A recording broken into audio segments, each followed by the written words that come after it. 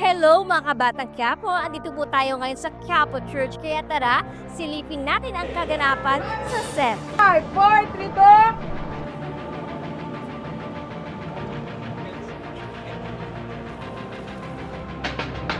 2. Direk, ano pong ginagawa natin ngayon sa Quiapo Church? Ano po yung kukunan natin today? Sa ngayon, siniset up natin yung unang pagpunta ng Guerrero family sa Quiapo Church kasi isa tong marka ng teritoryo nila sa Maynila kung saan nandun yung maraming mga followers, mga botante. So parang nag-early campaign ng Guerrero family na magpakilala sa ulit sa mga tao sa Maynila.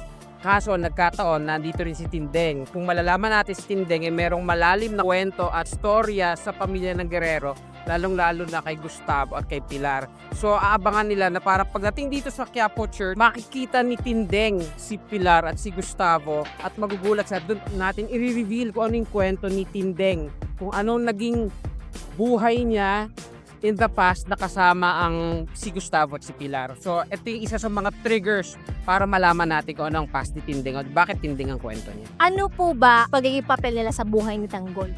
Dahil nga si Tanggol ay nasa Quiapo at si Tanggol ay nasa jurisdiction ng mga Guerrero, doon natin mapapanood kung paano mai-involve si Tanggol. Malalaman din natin na ang pamilya ni Tanggol na ngayon na isang Montenegro ay may connection sa pamilya ng Guerrero na malalim na connection mula ng ilang dekada na nakakaraan. Sa tingin niyo, Direk, ano po ba yung dapat na qualities ng isang politiko? Mahirap maging politiko, sa totoo lang. Siguro sa panahon ngayon ang pinakinahanap natin, bukod sa willingness mag-serve, pagkakaroon ng tamang abilidad din para mamuno. Sa panahon ngayon, hindi na lang sapat yung pusong mabait at pusong gustong tumulong. Napakahalaga na rin nung skills at nung tamang pamamaraan at tamang knowledge kung paano gamitin ang politika para sa ikabubuti ng mga mamamayan natin.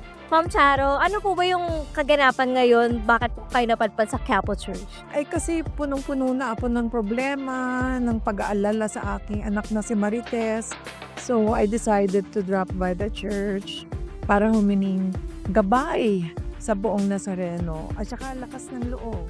Ano yung mga dapat pong abangan sa bagong yugto ng Batang Quiapo, sa character po ninyo? I think di-discover ng mga manonood yung aking nakaraan. Babalik sa aking alaala ang aking nakaraan. Ano ang dalang bago nito sa aking buhay?